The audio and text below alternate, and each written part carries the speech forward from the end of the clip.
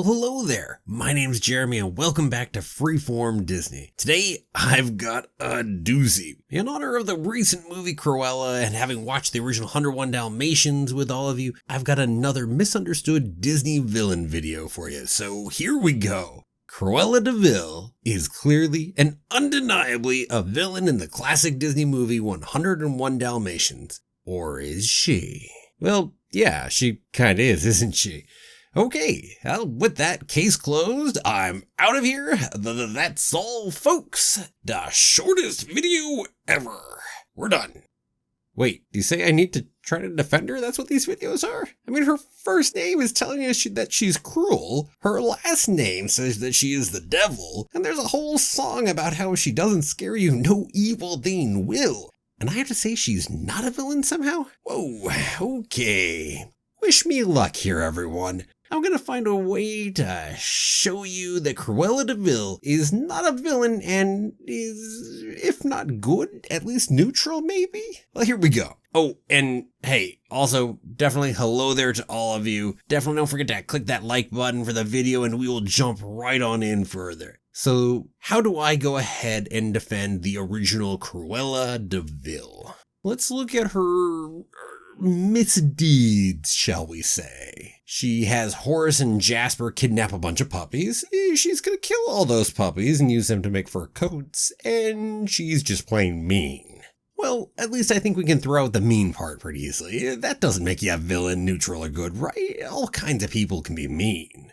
How about killing puppies? Well, let's start by assuming that you're not vegan or vegetarian. This will be a lot easier if you're not. Now, if you are, this argument probably won't go anywhere. But for everyone else, it should work a little. So, okay, for most of you out there, you probably eat chickens and cows and pigs and probably other animals too. Pigs are debatably smarter than dogs, and they all feel pain and are clearly intelligent, compassionate animals. So, if it's okay to go ahead and kill pigs, then by extent, we could say it's okay to kill dogs too, right? You might then try to respond and say, well, one's food and the other is for a fur coat. Well, sure. That only works if you need to get your food from that source. And humans, in general, they don't need to go ahead and eat that pig or that cow or that chicken.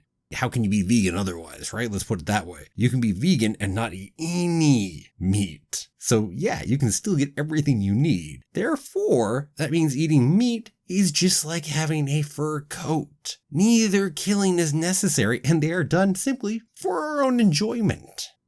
Okay, that hurdle is mostly cleared. Except for some animal rights advocates watching, and perhaps talking. I've now convinced you that because it's okay to kill animals for our pleasure in eating, then it's also okay to kill dogs for our pleasure of having fur coats. Which means Cruella De Vil is not a villain for killing the puppies. Ha, there we go. And even for the animal rights advocates, maybe we'll try this.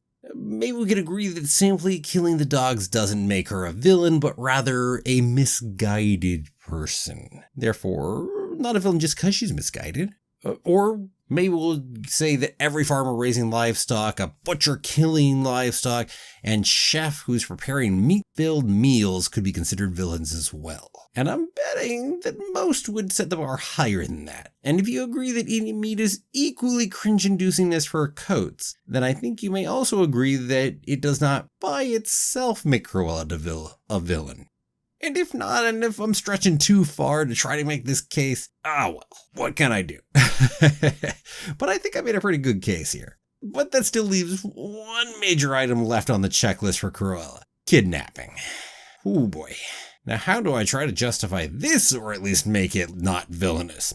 Well, let's see. How about this? Cruella clearly has a background in the business sector, and in the business sector, you can make a hostile takeover. Now, first, she tried to offer a more than generous buyout price of the puppies, and when that failed, she went into business mode and went for a hostile takeover. In other words, kidnapping the puppies. Now, it wasn't shown in the movie, but as Anita and Cruella still seem to be on speaking terms, Cruella might have found another way to get them the money she had offered earlier, and that then may have completed an ethical hostile takeover in her mind. So there we go. Maybe even we can justify kidnapping here. So did I go ahead and turn a devil into a saint? Well, most certainly I did not do that.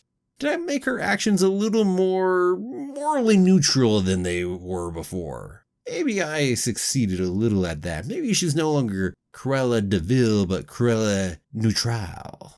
Well, perhaps I've convinced you to take a different look at Cruella as a misunderstood Disney villain. Although I'm frankly not entirely convinced of it myself. I had to stretch pretty far, but how else do you try to propose that Cruella is not a villain? At the very least, I hope to have painted a picture of Cruella from a certain point of view that is more favorable to her. And as always, I find it fun to try to defend the seemingly indefensible. And I hope you enjoyed it too. And well, what about you? Do you think you could provide a better defense of Cruella De Vil? Are there any other Disney villains you would like to see me attempt to show to be misunderstood Disney villains? Let me know down below in the comments. And let me not forget to take a moment to thank all of my wonderful patrons. If you're interested in helping the channel, definitely feel free. I love it. There's a link down below in the description. And for everyone, thank you so much for watching. If you liked the video, please give it a like, a share, and don't forget to tune in next time for another new episode of Freeform Disney. Have a magical day, and may the Force be with you. Always.